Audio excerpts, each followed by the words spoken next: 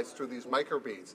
I think that Canada is a world leader, and we will continue to show the world that we will ensure the safety of our well-being and Canadians. Absolutely. There will be 4 minutes remaining for questions and comments to the Honourable Member for Kootenay-Columbia when the House next resumes debate on the question. Statements by members. Déclaration de député. L'honourable député. The Honourable Member for Huntsic. Mr. Speaker, this week is Quebec's Anti-Racism Week, and, ironically, next week, Pegida, a group promoting Islamophobia through its theory of an Islamist plot, is holding an assembly in Little Maghreb in Montreal. In Germany, Angela Merkel challenged the population and invited them to avoid participating in gatherings organized by Pegida. She believes that members of the organization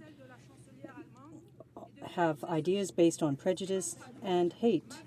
Yesterday, I called on the Prime Minister to join his voice to that of the German Chancellor and to denounce the group, but there was radio silence. Even though CSIS considers this group a real security risk, the Minister of Public Safety and the Prime Minister have remained silent. I again asked them today to show some courage and to take some concrete action against this Islamophobia, even if the current government strategy seems to be seeking to create fear of Islamists. Thank you, Mr. Speaker. Mildred McKim of Old Barns sent me a very old faded copy of a March 31st, 1916 Calgary News telegram. Now, the telegram tells the story of her great-uncle, a Mr. T.P. Lawther, who 3 decades earlier lived on a farm near Fenwick, Cumberland County, Nova Scotia, where he had a grove of spectacular maple trees. Now, in 1886, Mr. Lawther was told that Canada was considering the maple leaf as a national symbol, so he picked and pressed a dozen leaves to send to the Government of Canada. Now, using these leaves as specimens, the government decided that the maple leaf would indeed become a symbol of our nation. The Calgary News Telegram story, 99 years ago this month, focused on the fact that the maple leaf was reproduced in bronze and was now being worn on the collar of soldiers fighting in Flanders. As we celebrate the 50th anniversary of the flag, thanks to Mrs. McKim, we now know the role a dozen maple leaves from Cumberland County, Nova Scotia, played in the choosing of our national symbol. Thank you, Mrs. McKim. Thank you, Mr. Speaker. The Honourable Member for La Pointe de l'Île. Mr. Speaker, this government boasts about defending the economy and creating jobs, and it's just unfortunate that their claims don't last longer than a photo op. The reality on the ground is very different, including in my riding of La Pointe de l'Île. It's no longer just the manufacturing sector that's suffering and closing up shop, but the labour market itself is becoming precarious. Adding to that, the number of part-time and low-paying jobs, the levels of family debt, families are struggling to make ends meet. The alarm has been sounded, Mr. Speaker. Even CIBC has indicated that the quality of jobs is at its weakest level. Mr. Speaker, an NDP government will work hard to help middle-class families to overcome these difficulties. Thank you, Mr. Speaker. For Don Valley East. Thank you, Mr. Speaker. Today is World TB Day. On this day in 1882, the bacteria causing TB was discovered by Dr. Robert Koch. We can be proud of the contributions that Canada has made to combat this horrible disease. The latest information we have says that every year 9 million people are affected by TB and 3 million do not even get diagnosed by the health system. In Nunavut, the rates of TB are comparable to that of any sub-Saharan country. As of today, we do not have an effective vaccine against TB. In many places, TB has become a forgotten disease, resulting in new strains being developed. Canada has been a leader in its support to the Global Fund and TB Reach on their ongoing research to find new solutions. I thank organizations as Results Canada and Stop TB that have done great work to highlight this issue. Tonight there will be a reception in the Speaker's Lounge, and I invite all my members to join me there. Thank you, Mr. Speaker. The Honourable Member for Trinity, Spadina. Mr. Speaker, on March 12th in Toronto, I co-hosted a town hall on arts and culture and the future of the CBC with the Honourable Members for Toronto Centre and Saint-Laurent-Cartierville. For residents and businesses in my riding of Trinity Spadina, the CBC is not just a critical and cherished national voice for current affairs and culture, it's also a major employer. Hundreds of residents came to the AGO for the community forum to defend public broadcasting, but we also heard this. Funding cuts to the CBC are undermining the cultural sector of the economy. Layoffs are now being triggered by job cuts and small suppliers to the CBC, and they're also beginning to hurt families, restaurants, hotels, and shops in the neighborhood. The digital media industry is growing and now worth close to $2.5 billion in this community. However, the impact of recent changes to the Broadcasting Act and the CRTC by the Conservative government, tampering with CanCon regulations, are now bringing independent film and television work in Toronto to a halt. The government needs to take action. They must reinvest and reinforce the independence of the CBC, reverse the CRTC decisions that are starting to do serious harm to digital media, film and television in Toronto, and they must do it immediately. The honourable member for Kitchener-Conestoga. Mr. Speaker, earlier this month I had the privilege of visiting Malawi and Zambia. While in Malawi, I had the honour of visiting a project that's being funded by our Maternal and Newborn Child Health Initiative. To visit Malanje Hospital and then to travel to a rural area to see the on-the-ground action being taken by village leaders and healthcare workers in Malawi was truly inspiring. The dramatic reduction in mortality of pregnant mothers and newborn children is good news for Malawi. In Zambia, to listen to the heart-wrenching story of a victim of early and forced marriage, it would have been totally depressing were it not for the great work of the YWCA in Lusaka, our partners in delivering hope to girls and women in Zambia. I'm proud of these positive initiatives, which are the result of the vision and action of our Prime Minister. Thank you, Mr. Speaker. The honourable member for Churchill. Thank you, Mr. Speaker. Today we mark World Tuberculosis Day. Tuberculosis still affects over 9 million people worldwide. While many in Canada view this as an illness of the past or of somewhere else, the fact is that it continues to affect many in our own country. First Nations and Inuit communities struggle with high rates of TB. This is very much the case in my own constituency in northern Manitoba. In fact, TB rates for Indigenous communities are 10 times higher than those in non-Indigenous communities, and the rates are not decreasing. In Manitoba, Indigenous people make up 65% of all cases, despite being only 14% of the population. In the far north, Indigenous people make up almost 100% of all the cases there. This is not by accident. Determining factors behind the spread of TB are all too familiar.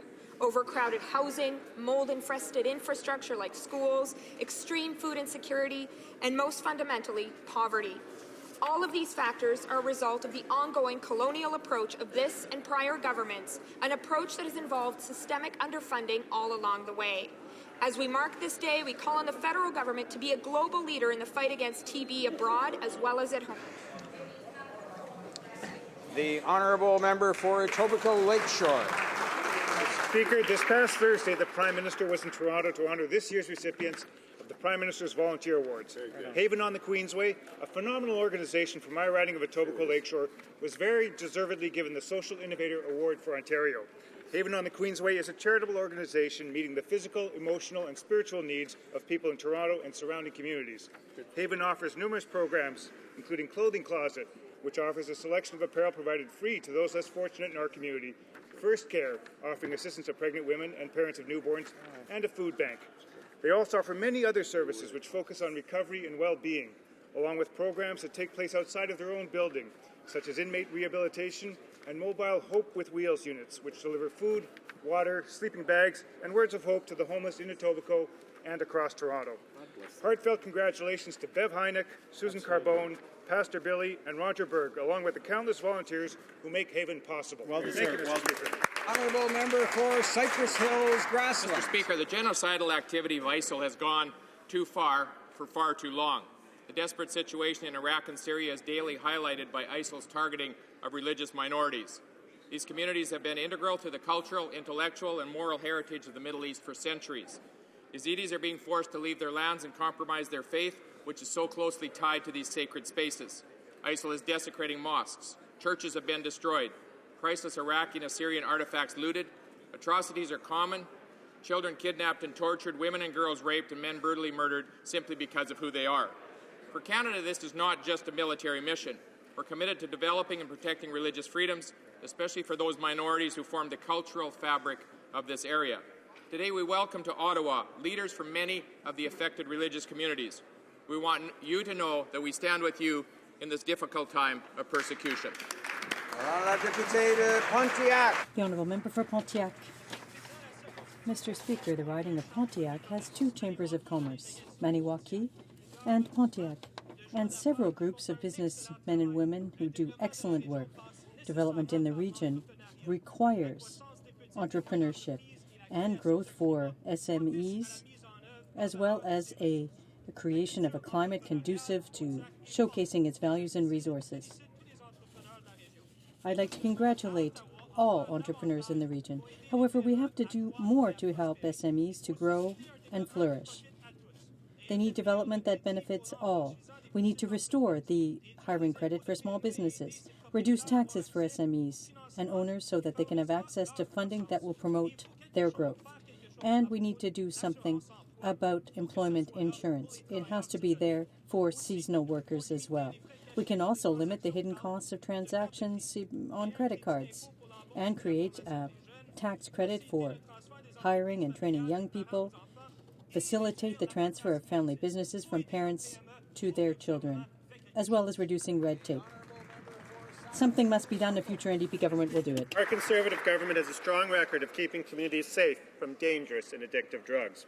Last night we passed the Respect for Communities Act, which will guarantee residents, law enforcement and community leaders a say when drug injection houses want to open. Unfortunately, the Liberals voted against communities having this important say, and the Liberal leader has called for more injection houses to open across Canada. Drug injection houses allow the use of dangerous and addictive drugs that tear families apart, promote criminal behavior, and destroy lives. The Liberal leader's pledge to blindly open drug injection houses in communities across Canada is disturbing, and it's wrong. Our Conservative government will continue to support treatment and recovery programs that work to get addicts off of drugs, while ensuring that our streets and communities are safe for Canadians and their families. The honourable member for Abitibi Bay James Near Youth Hockey Development Program began in 2006 with the goal of helping young people in the 14 Inuit communities of Nunavik to achieve their full potential through hockey. The program promotes education, physical activity, and healthy living among youth. It was developed in cooperation with Joey Juneau, a former NHL player. Nunavik is tremendously proud of this initiative, and the young participants also gain a sense of pride. They become youth ambassadors. Each year, the teams from this program, the Nordics, represent Nunavik at the provincial, national, and international tournaments. Last year, the Nordic Midget girls won the gold medal at the Kanata Girls Hockey Tournament.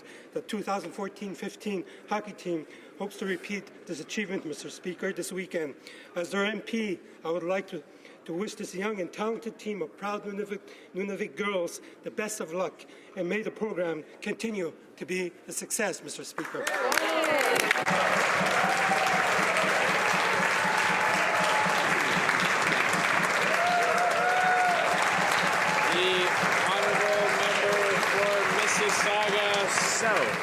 Yesterday, this House debated and voted on Bill S7, the Zero Tolerance for Barbaric Cultural Practices Act. While our Conservative government is taking a strong stand against harmful barbaric practices, the opposition failed to stand up and take action. The leader of the Liberal Party refuses to even call these acts barbaric. After a thorough debate at second reading, the opposition did not even want to be seen on the record as voting against such an important piece of legislation. I am proud of this government for taking steps to strengthen our laws and to help ensure that no young girl or woman in Canada becomes a victim of these barbaric practices.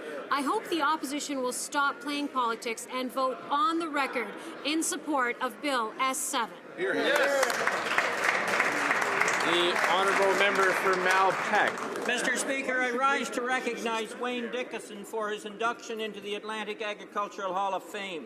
A resident of North Rustico, PEI, Wayne graduated from Macdonald College in 1964 and worked with the PEI Department of Agriculture in several capacities, but key as a dairy specialist until his retirement in 2001. Beyond professional work, he served as registered treasurer of the PEI Institute of Agrologists, on the board of Eastern Breeders and EastGen, secretary-treasurer of PEI branch of Holstein Canada, and more. Wayne dedicated himself to the care and showmanship of livestock for well over 40 years, standing as official judge of Holstein Canada, where he presided over shows in 5 provinces, the UK, Isle of Man, and Colombia, as well as extensive work with CEMEX Canada in Iran. With his wife Flora and son David, they operate Birkentree Holsteins, which received a Masters Breeders Award from Holstein Canada in 2006. We thank Wayne for his life's work in the agricultural community and beyond. Congratulations. Right on. The honourable member for Mississauga East Hooksville. Mr. Speaker, our Conservative government understands that Canadian families expect choice and fair treatment when it comes to their spending on everyday items and services. On this side of the House, we believe, and we have said all along, that Canadians should not have to pay for the channels they do not want in order to watch the channels they do. Exactly. In our speech from the throne, we promised to provide consumers with more choice in channels, and that is exactly what we've delivered, the ability to unbundle TV cable packages. Unbundling will not only let Canadians control what they want to watch, but also how much they want to spend. This is just another initiative by our Conservative government that puts customer first and will help Canadian families make the best decisions on how to spend their hard-earned dollars. Thank you, Mr. Speaker. The honourable member for Ottawa Centre. Mr. Speaker, New Democrats have been raising concerns for over a year about sectarian violence in Syria and Iraq and the best way for Canada to help. Sadly, Canadians have been misled from the start by the Prime Minister. He promised our troops who were being sent to, quote, advise and assist, not to accompany Iraqi forces. 6 months later, Canada is conducting airstrikes and our forces are exchanging fire on the front lines. And tragically, a member of the Canadian forces has been killed. The Prime Minister cannot claim he wants to prevent atrocities when his planned expansion into Syria will aid and abet Bashar al-Assad. As Paul Heimbecker said, any direct or indirect alliance with Assad would be the ultimate betrayal of the Syrian innocents. Meanwhile, Liberals claim to oppose this mission, yet refuse to commit to ending Canada's combat involvement in this war. In October, Canadians will have a clear choice. Only a vote for the NDP is a vote to end the war and a vote for an effective Canadian role to stop the spread of violent extremism. The honourable member for London North Centre. No surprise that our Conservative government is the only one that stands up for middle-class Canadian families. Through our low-tax plan for families, our government is helping 100% of families with children receive the benefits they need so they can put their hard-earned money towards their own priorities. We've doubled the children's fitness tax credit, enhanced the universal child care benefit, and now implemented the family tax cut. All parents, including single parents, will benefit from our family tax cut. That's over 4 million families and over 7 million parents, Mr. Speaker. Meanwhile, the Liberals and the NDP's idea for Canadians is high taxes and high debt. They will take away our benefits and implement a job-killing carbon tax that will raise the price of everything. Mr. Speaker, the facts are crystal clear. Only our Conservative government can be trusted to keep money in the pockets of Canadian families. Oral questions. Questions orales. The Honourable Leader of the Opposition.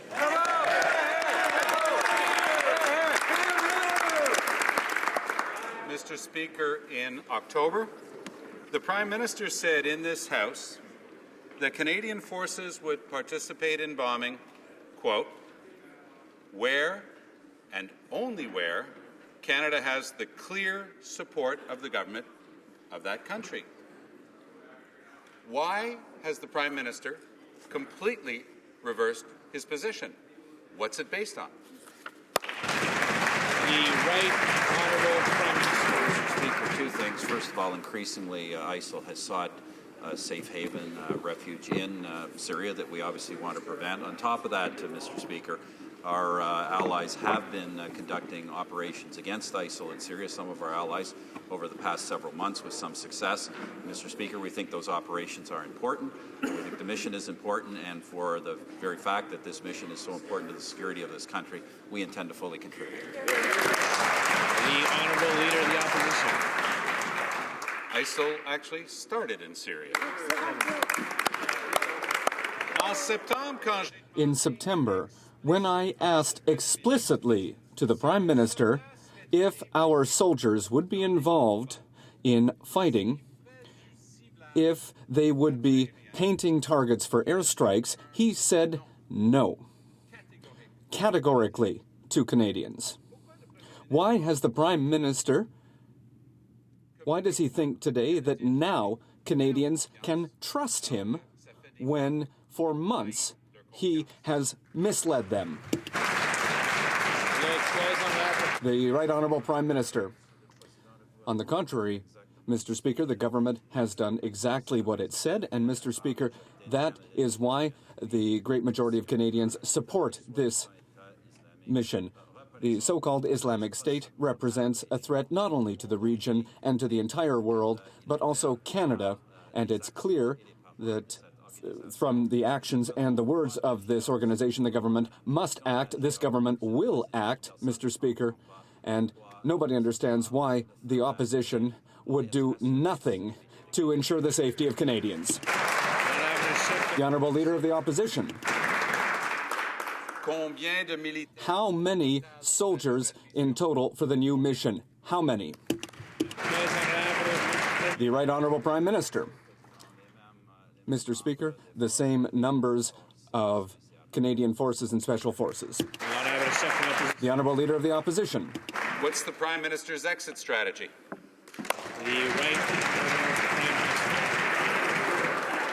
Mr. Speaker, let me once again be very clear what we're dealing with here.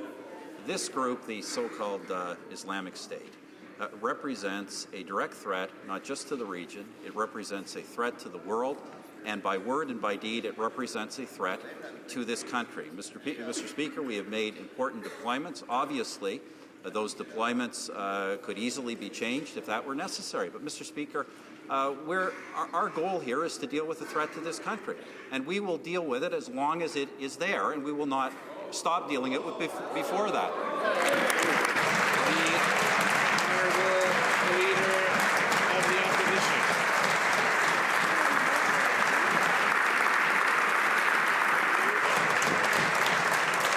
The Honourable Leader of the Opposition.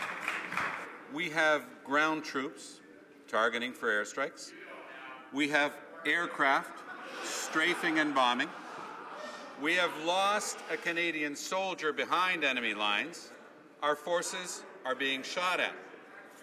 Why does the Prime Minister still deny that our soldiers are in combat? The Right Honourable Prime Minister. Well, of course, Mr. Speaker, we have air forces that are in combat. We have not had a soldier killed behind enemy lines, or for that matter, killed by enemy forces. That's a reality, Mr. Speaker.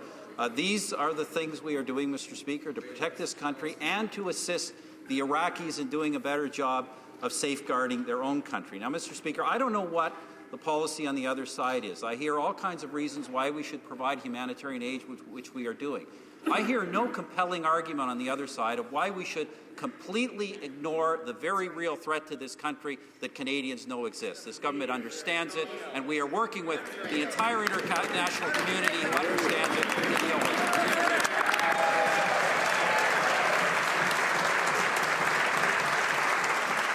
The Honourable Member for Papineau. Mr. Speaker, while today's motion asks for an extension of 12 months, the government has said our engagement in Syria and Iraq is for the longer term. What is the government's planning horizon for our combat role? The Right Honourable Prime Minister. Mr. Speaker, once again, the motion today asks to approve the government's decision to extend the mission for up to 12 months. Obviously, Mr. Speaker, as we go forward, we will continue to evaluate the nature of the threat to this country and the nature of the actions that ourselves and our allies think are necessary. What we're putting before the House today, we believe, is the minimum necessary to contribute in a robust way to a threat that is very real for this country, and at the same time to try and reinforce the ability of Iraqi forces to carry their own fight. The Honourable Member for Papineau. Mr. Speaker, the Prime Minister's new motion doesn't specifically exclude the deployment of Canadian special forces into Syria. Will our special forces be allowed to operate in Syria? The Right Honourable Prime Minister. Speaker, in this motion, the government has no intention of having our special forces operate in Syria. They will continue operating in northern Iraq, assisting Peshmerga forces there. We will, however, Mr. Speaker, as I made clear earlier, we will extend our airstrike campaign against ISIL to include Syrian as well as Iraqi territory. The honourable member for Papineau.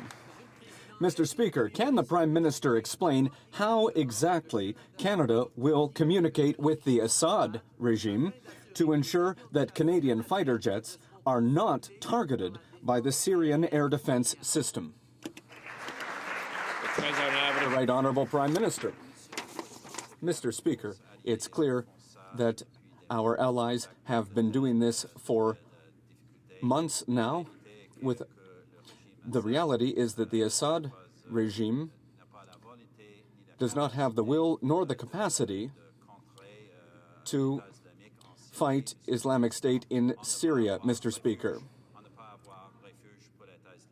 We do not want to see a refuge for ISIL in Syria. It is necessary, in our opinion, to collaborate and act with our allies to fight this threat. St.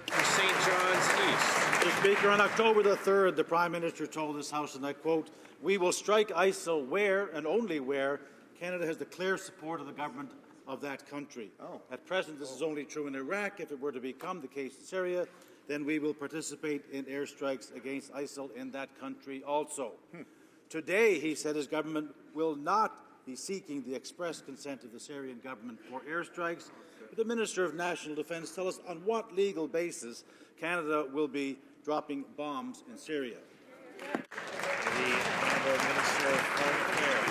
Made it clear that we are not seeking the consent of the Assad regime, but we've indicated very clear that ISIL cannot have a safe haven in Syria. So we will conduct our missions on the same basis as our colleagues, the Americans and our allies, on the basis that ISIL is a threat to our colleagues, our allies, and to Canada itself. And the Honourable Member for St. John's East.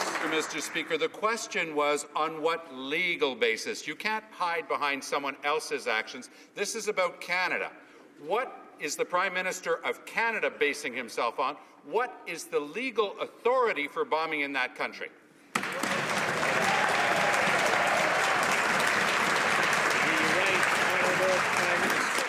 As our allies have indicated, they are taking necessary and proportionate military action in Syria on the basis that the government of Syria is unwilling or unable to prevent ISIL from staging operations and conducting attacks there, including ultimately attacks that include this country as a target. Mr. Speaker, that is the legal basis on which we are proceeding. The practical basis is we are determined to do whatever we can to degrade ISIL and to eliminate the threat it poses to this country, and Canadians support us doing that. The Honourable Member for Portneuf-Jacques-Cartier. Mr. Speaker, we were supposed to advise and assist for a month. The mission then leapt to bombing for 6 months with soldiers on the front line in the crosshairs. And now we're looking at a 1.5-year-long mission in Iraq and Syria, making Canada an ally of Assad. This is not the role that Canada should be playing to solve this crisis. Why not do more to support our ally Turkey and help the 1.5 million refugees crossing the border there? Honourable Minister of National Defence. Mr. Speaker, we have already done that. I was in Turkey 2 years ago to announce support for Syrian refugees in Turkey. We were one of the first countries to do that. We are making major investments to help displaced persons and refugees with the crisis in Syria. But, Mr. Speaker, we have a military mission against the so-called Islamic State because it is a threat to Canada, to Canadians, and, frankly, to the world. And we have the obligation to act with our allies to confront this threat to our security. The Honourable Member for Alfred Belin. Another issue designed by Conservatives to divide Canadians is Bill C-51. The Prime Minister probably didn't expect it would lead to division even within his own party's ranks, with the Conservative member for Wellington-Halton Hills, who has dared to say that we need increased parliamentary oversight of our intelligence and security activities. Will other Conservative MPs wake up and demand that the Prime Minister finally listen to criticism of his half-baked anti-terrorist bill? The Honourable Minister of Public Safety. Mr. Speaker, let me remind my honourable colleague that the model for oversight for our intelligence services is the envy of the world, Mr. Speaker, for its rigor and for its unlimited access to all data, Mr. Speaker. I hear heckling from the other side. They're heckling an organization that is responsible to all Canadians. It would be fun to have an opposition party, Mr. Speaker, that takes our security issues seriously and that they stop opposing us with breasts bared in Parliament. Honourable member for Squamish. We've had so many witnesses from so many different backgrounds and so many different political perspectives to come before the Public Safety Committee, and all of them have the same message. Bill C-51 has serious problems. Yesterday, former Conservative Senator Hugh Segal told us parliamentary oversight for Canada's security agencies is critical. Now, even a Conservative MP, the member for Welton-Halton Hills, is speaking out publicly saying the same thing. New powers for our security services demand increased parliamentary oversight. Why won't the minister listen to Canadians, including his fellow Conservatives, and add safeguards to this dangerous bill? The Honourable Minister of Public Safety. Mr. Speaker, let me quote here that this review body we have in Canada, that we can be very proud of, is an example of the Canadian legal system striking a better balance between the protection of sensitive information and the procedural rights of individuals. Who said that, Mr. Speaker? The Supreme Court of Canada, Mr. Speaker. When will the NDP join all of those who want to protect Canadians with a bill that is protecting the rights and freedom of Canadians against the international jihadi terrorist threat, Mr. Speaker? The honourable member for Churchill. Mr. Speaker, the question is, when will the Conservatives listen to their own caucus that is speaking out in opposition to C-51? The need for better scrutiny is evident, especially when we learn that First Nations activists like Pam Palmater and Cindy Blackstock are already being surveilled by this government. Palmater, Grand Chief Phillip, and others have been outspoken in their concerns that C-51 will only make this surveillance easier and risks to lump First Nations activists as terrorist threats. Will the minister do the right thing, listen to these concerns, and stop this bad bill? Good question. The Honourable Minister of Public Safety. I hope, Mr. Speaker, that the member will take the time to read the bill, because the member will see that the Anti-Terrorism Act clearly states that activity undermining Canada's security does not include lawful advocacy, protest, dissent, and artistic expression, Mr. Speaker. I had been given the opportunity to go to committee, Mr. Speaker, and why is it that every time we talk about security, they fear for freedom? Actually, Mr. Speaker, there is no liberty without security. That's why we are tabling this important bill, Mr. Speaker, and I hope the opposition will listen to the voice of the sister of a fallen warrant officer, Mr. Patrice Vincent. Thank you. The Honourable Member for James Navicki. Mr. Speaker, Aboriginal communities deserve better than rhetoric from this government, Mr. Speaker. Their concerns are in fact very legitimate. As for me, Mr. Speaker, all too often I've seen the forces of law and order call our protests illegal. So, I wouldn't be surprised if they tried to lump us in with the terrorists. Will the minister finally realize that C-51 is unconstitutional and that it threatens the rights of Indigenous people? The Honourable Minister of Public Safety. Mr. Speaker, I would like to tell my colleague that I was proud to serve within the Department of Aboriginal Affairs to help Aboriginal peoples, and I invite him to read page 3 of the bill, Mr. Speaker, which clearly indicates that activities to undermine Canada's security do not include lawful advocacy, protest, dissent, or artistic expression. And obviously, Mr. Speaker, we reject that argument every time, because when we talk about security, if we say that security menaces or threatens our freedom, there are many provisions in C-51, Mr. Speaker, particularly when it comes to processes not only of examination but of judicial supervision. I would invite my colleague to read the bill and to support measures that not only will protect Canadians but will also strengthen oversight mechanisms. The Honourable Member for Terrebonne-Blainville. Now, C-51 will aid information sharing between 17 government departments and agencies, but the Conservatives can't protect Canadians' personal information. The personal information of almost 44,000 Canadians was compromised by government agencies in 2014. That's 35,000 more Canadians than last year, and that's the most ever. What are Conservatives going to do to fix this situation and better protect Canadians' private information? The Honourable Minister of Public Safety.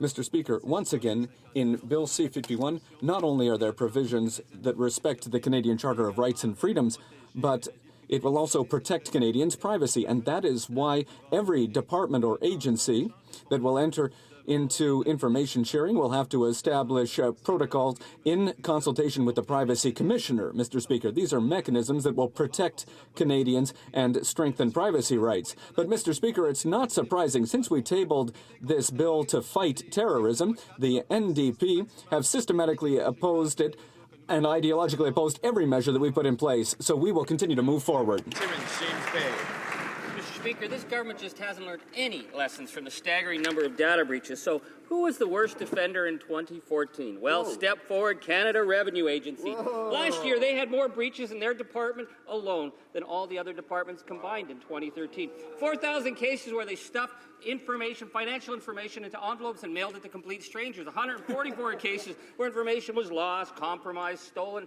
Now, when Canadians give their personal information to the government, they expect that that minister will treat it with respect. Is she planning on getting a handle on these embarrassing privacy breaches that continue to happen under her watch?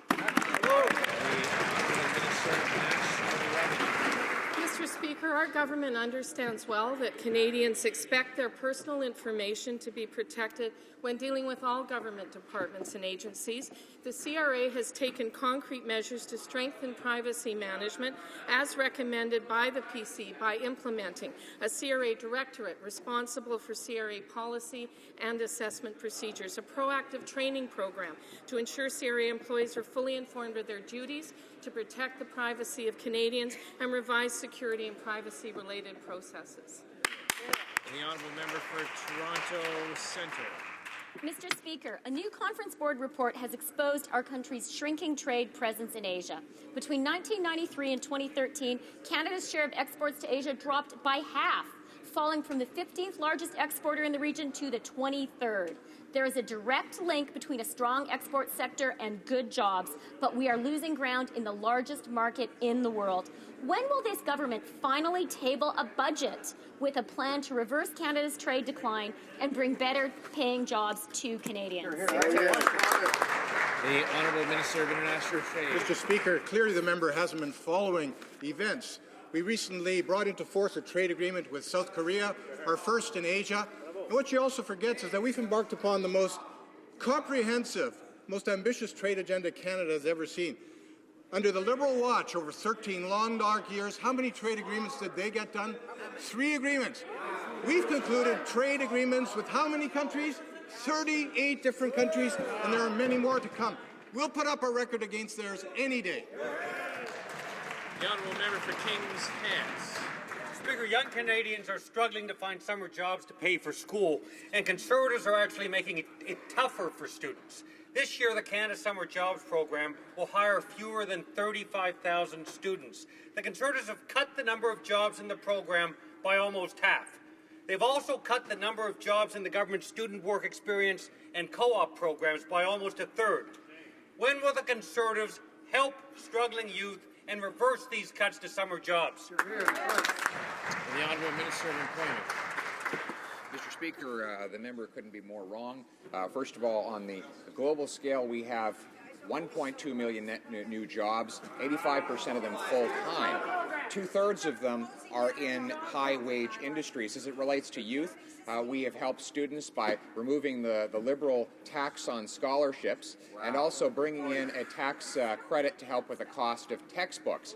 We continue to have a summer jobs program that gives employment opportunities to our young people. What they're telling us is that when they graduate, they want low taxes so that they can use their money to pay off their debts and start off their families, and that's what we're giving them. The honourable member for Kings Heads. Mr. Speaker, for young Canadians to pay taxes, they actually need to have a job. And there's 166,000 fewer jobs for young Canadians than before the downturn. Students need help finding work, not cuts to student jobs program or more money wasted on the government's self-serving ads. A single ad during the hockey playoffs will cost $100,000. $100,000 could create 32 summer jobs. When will the Conservatives stop wasting money on ads and start helping struggling students find summer work? The Honourable Minister of Employment. Well, Mr. Speaker, young people in this country understand what the Liberal leader fails to understand, which is, of course, that budgets do not balance themselves. They understand that young people understand that they need jobs in high-demand industries, and that is precisely why we brought in 500,000 Canada Apprenticeship grants, helping hundreds of thousands of young people get certified in Red Seal trades for which there are plenty of employers who are crying out for young people to hire. We are creating great blue-collar jobs. I know the Liberal elitists over there can't stand it, but we're going to keep doing it, Mr. Speaker. The Honourable Member for Newton North Delta. Thank you, Mr. Speaker. Thousands of temporary foreign workers came to Canada, worked hard and followed the rules, based on a commitment that they could apply for citizenship. But now that they've submitted an application for permanent residency, the Conservative government is preparing to kick them out of the country on the basis of an arbitrary deadline. Will the minister do the right thing and grant an extension to all foreign workers who have submitted an application for permanent residency? The Honourable Minister. Thank you, Mr. Speaker.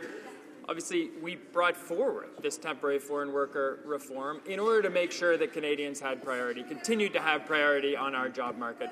Mr. Speaker, employers and temporary foreign workers have known about the 4-year time limit since 2011, and we have been multiplying the pathways for temporary foreign workers to become permanent residents, to become permanent parts of our workforce. It's been extraordinarily successful. The real question, Mr. Speaker, is what is the position of the NDP?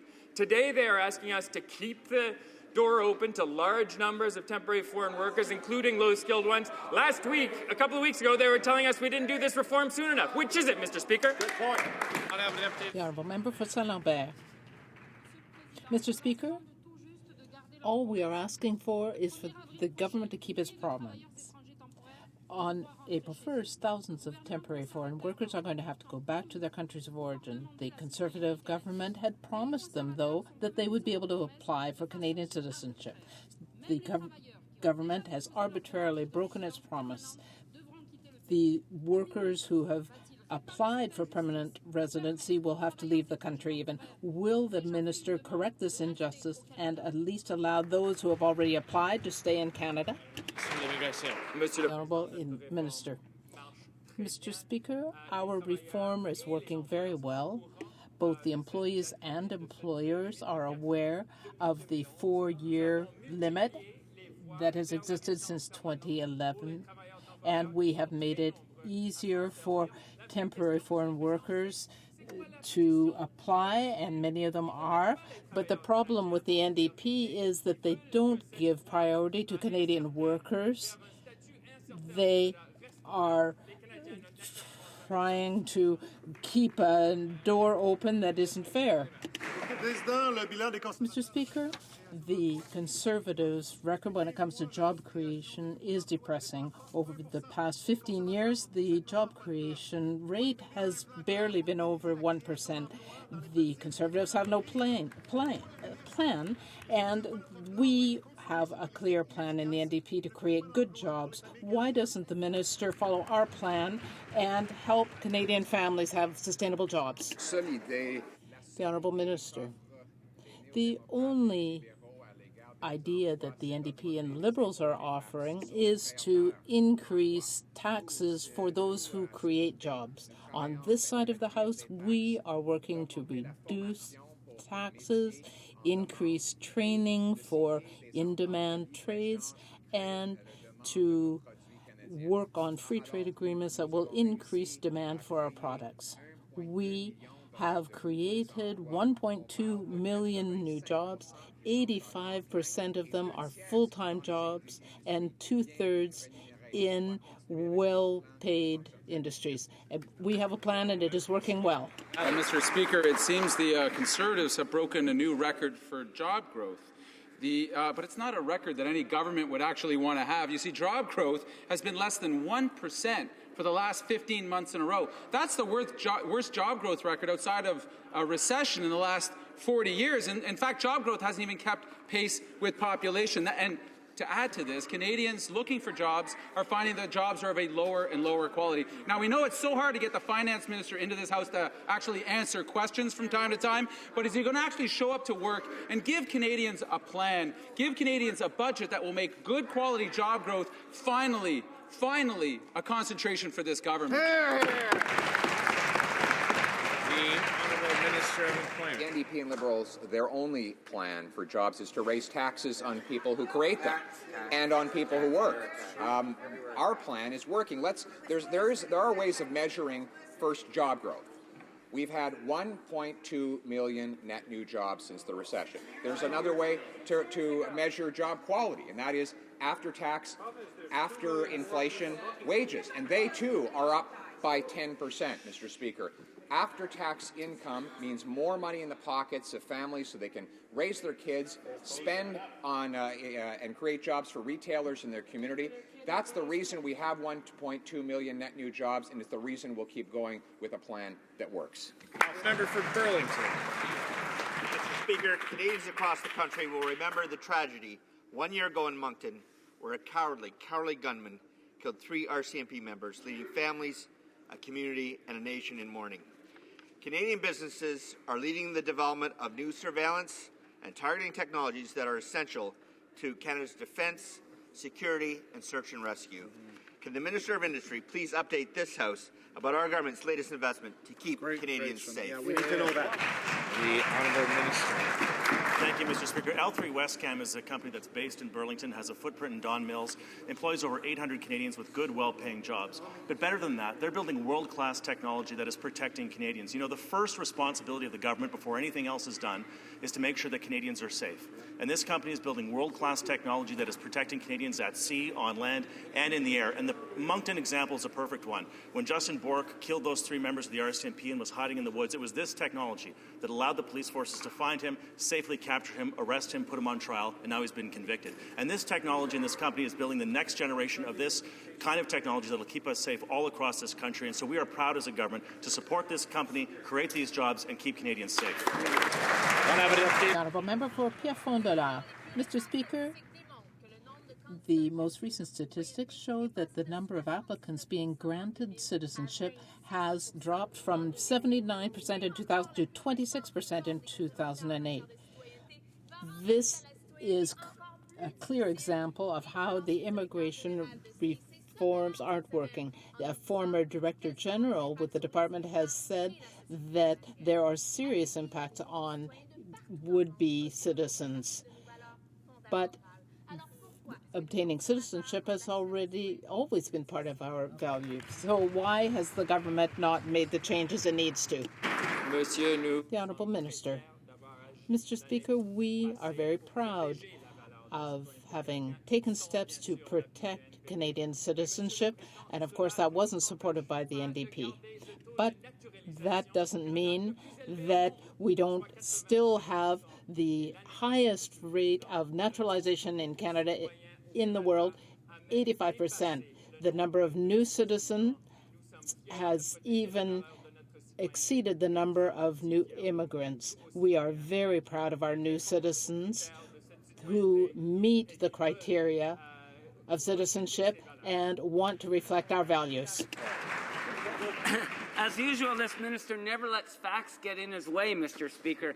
The fact is Conservatives have repeatedly and systematically made it more difficult for immigrants to become citizens. Instead of nurturing immigrant communities, Conservatives cut services. Instead of better recognizing foreign credentials, they turn a blind eye. Instead of fostering a sense of pride in Canadian citizenship, they're charging hard-pressed newcomers more and more money to apply. Why are Conservatives making it so difficult for immigrant families to join the Canadian family? The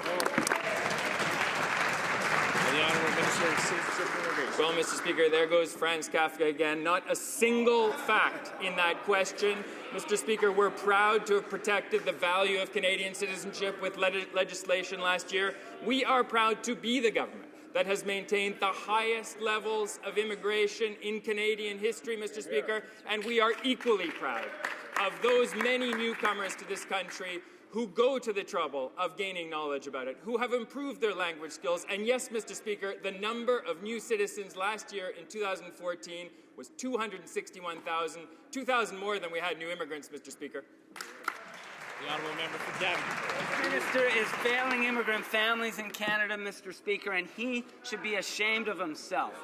Now on to other Conservative failures, how about?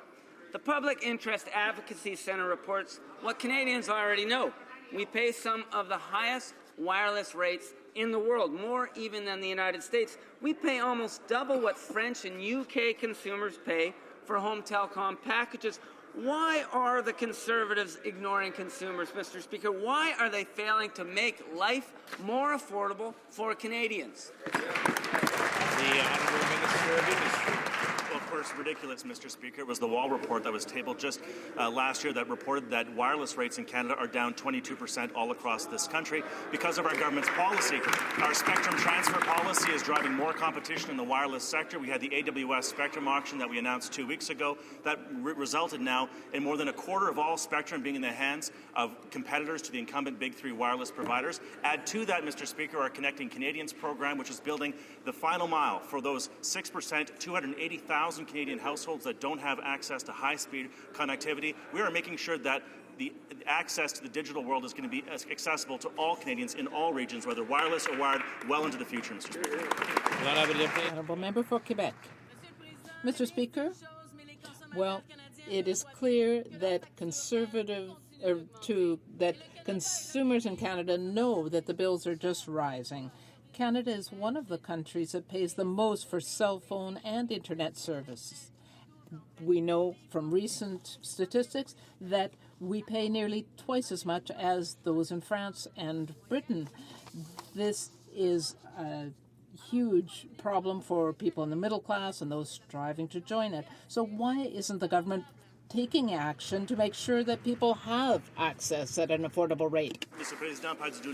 The Minister. We are taking action, Mr. Speaker. Our 2014 budget had investments to improve and expand services for Canadians across the country. And here is what the Canadian Association of Municipalities has said. It is important to have broadband access to be able to participate in the world, and the investments by the Canadian government are a step in the right direction. We are protecting consumers' interests in our increasingly electronic world. Mr. Speaker, Robin Young, the Canadian Armed Force reservist who had a misdiagnosed brain tumor, is still waiting for her quality of care review. In the meantime, she has no income. She is about to lose her housing, and she is still not receiving the benefits that she's entitled to. Captain Young and her family are at their wits' end. Last month, this minister promised to do everything possible to help her. Why has he done nothing? Did he forget his promise, or does he just not care? The Honourable Minister of National Defence. Mr. Speaker, there are various false premises in the member's question. In fact, I have instructed the Canadian Armed Forces to ensure that Ms. Young receives all necessary support given her medical condition. That should be given favourable consideration with respect to restoration of her reserve status and other support as necessary, Mr. Speaker. Pleased to say that the forces are working with Ms. Young in that regard. It would be inappropriate to comment further on details given the medical nature of this matter. The Honourable Member for St. Maurice Champlain. Mr. Speaker, the Minister of Veterans Affairs feels that $139 a week is enough to compensate for the care that is needed by veterans' families. This amount doesn't take into account the sacrifice that has been made by these families. Will the government agree to fair compensation for these efforts, for these families, and provide an amount that is commensurate with their sacrifice? Veterans Affairs. Mr. Speaker, I'm very proud of the family caregiver relief benefit we announced, and sadly that question shows that member has not even looked into what this benefit is all about. For our most seriously injured, Mr. Speaker, it is Veterans Affairs' role to keep that injured man or woman in their home with supports, including full-time care paid for by Veterans Affairs Canada. What this relief benefit shows is that we recognize the role of family, loved ones in the care and recuperation of that veteran, Mr. Speaker. This is an additional tax-free benefit to allow them an additional level of support or relief throughout the year, because we don't want to see caregiver fatigue fit in, Mr. Speaker. We respect the role of families. I wish that member would research. The honourable member for Halifax. Mr. Speaker, researchers at McGill University have found significant quantities of microbeads in the St. Lawrence River. These microbeads are found in various beauty products. They are so small that once they're in the water, aquatic animals eat them. Some American states have already banned them, and a number of other countries are thinking of doing the same. What does the government intend to do about this problem? Mr. Speaker, we are relying on the science. Environment Canada is initiating a scientific review to assess the effect of microbeads on the environment. It's this expert advice which will inform potential future actions on microbeads. Mr. Speaker, the chemical management plan brought forth by our government will prioritize microbeads for assessment, which will benefit all Canadians, and our government supports including the issue of microbeads on the agenda of the Canadian Council of Environment Ministers meeting this summer. Thank you, Mr. Speaker. Member for Halifax. Plastic microbeads from cosmetics have been polluting our lakes and rivers and harming wildlife for decades. Their use has exploded in recent years with no federal government response. Even the National Canadian Cosmetics Industry Association is calling for federal action. Whoa. I'm glad to hear that the Conservatives plan to support our motion and finally act to control these harmful substances.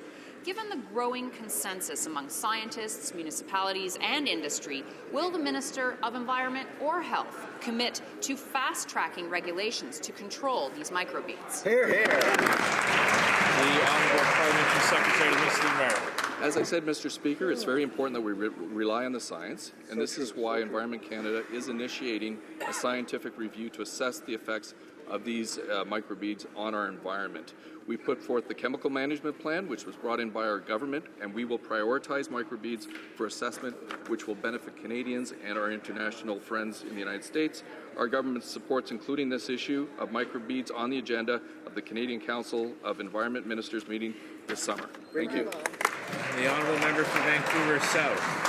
Mr. Speaker, today over 400 Canadian firms operate in China, and Canada is immensely enriched by a nearly 1.5 million strong Chinese-Canadian community, one of the largest overseas Chinese communities in the world. Canadian exports to China have more than quadrupled since 2003, with two-way trade totaling $78 billion in 2014 alone. Can the Parliamentary Secretary to the Minister of Finance update this House on what Canada is doing to make it easier for Canadian firms to trade with and do business in China? The Honourable Parliamentary Secretary. Mr. Speaker, I'd like to thank the member from Vancouver South for that excellent question. Yesterday, the Minister of Finance launched North America's first renminbi trading hub. This is further evidence of how Canada is deepening both its cultural and commercial ties with China while helping Canadian businesses grow. The Canadian Chamber of Commerce has applauded this announcement, calling it a big deal that will make a real difference on the ground. Mr. Speaker, using the renminbi hub will be more efficient for Canadian firms doing business with China. It will now be easier for Canadian firms to make payments and investments in renminbi, thereby lowering their costs, creating jobs growth, and long-term prosperity for Canadians. The honourable member for Sydney, Victoria. Mr. Speaker, I've been meeting with grain farmers across Canada. Their growth and continued success depends on being a competitive supplier on the international markets. The government claims they want to give more farmers security, increase access to processing facilities, and guarantee payment when they sell their product. But the bill that they tabled last December has not turned the wheel since, and farmers are not being consulted. Why is the Minister of Agriculture stalling on C-48? Right. The Honourable Minister of Agriculture. There's no such thing, Mr. Speaker. Of course, consultations continue with the Grain Commission leading most of those. Consultations continue on varietal registrations, on putting together the different grade samples and so on like that, so that they're more user-friendly for farmers to take advantage of, Mr. Speaker. Western Canadian farmers, grain farmers in Ontario, have all been telling me what a great job we've been doing as a government. They continue to succeed. There you go. The Honourable Member for Brossard-La Prairie. Mr. Speaker, the Conservatives should have learned something from the Lac-Mégantic tragedy, but the statistics continue to be alarming. In 2014 alone, CN train derailments increased by 73%. The preliminary report by the Transportation Safety Board shows that in the recent accident at Gogoma, the tanker cars that have purportedly improved since Mégantic still aren't strong enough. But the government has announced that they're unsafe. When will they take action? Mr. Speaker, we do want to thank the Transportation Safety Board for their preliminary work on the most recent derailment in Gogoma, Ontario. I would say that Transport Canada, with respect to the DOT-111 cars, has taken great strides. They have announced that they will be phased out. More importantly, they put an update on the website last week, Mr. Speaker, that showed that they'd be moving ahead on a new standard with the United States, which is a stronger car, and we applaud those efforts as well, too.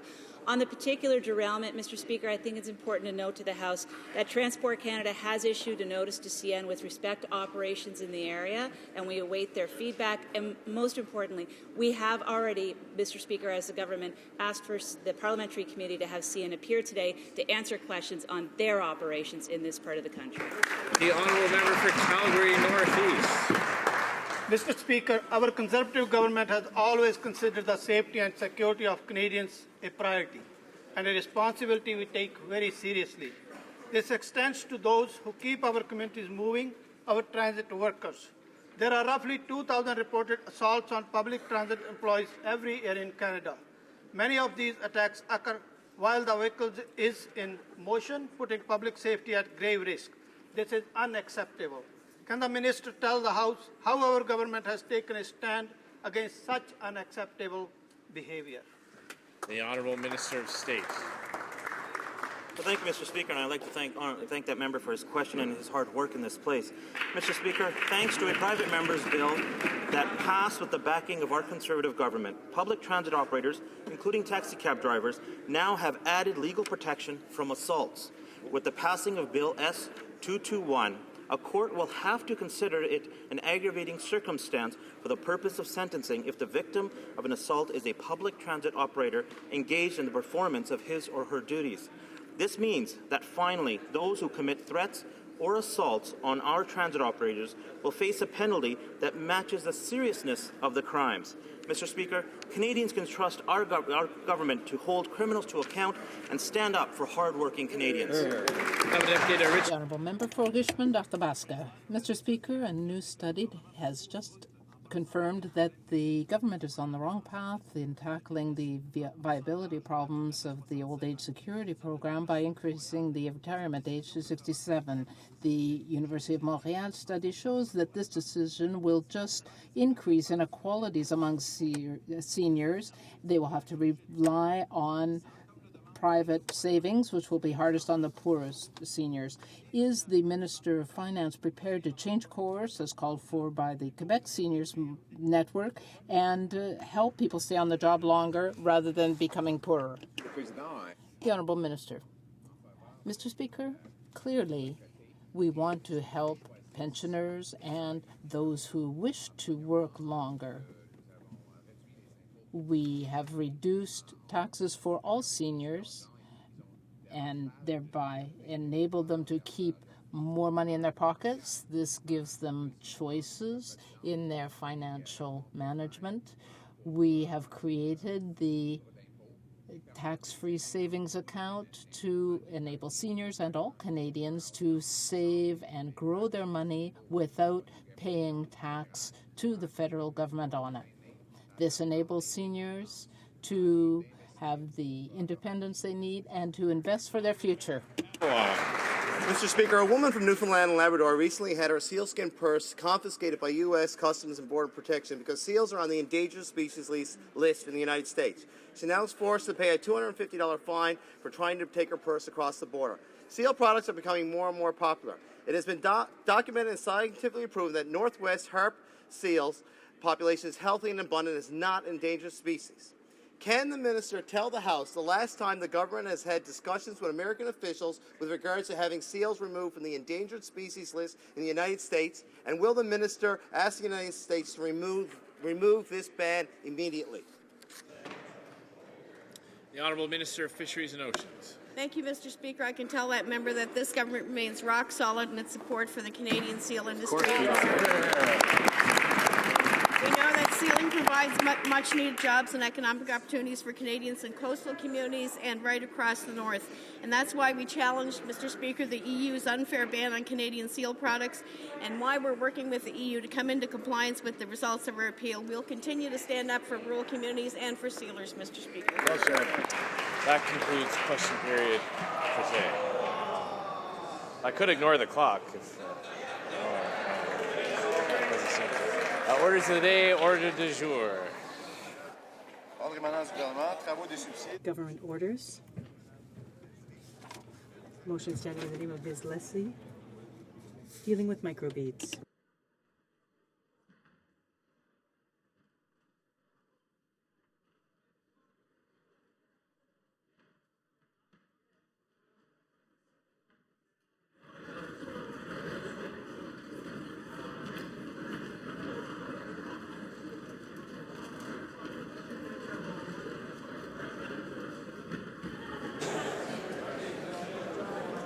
Resuming debate.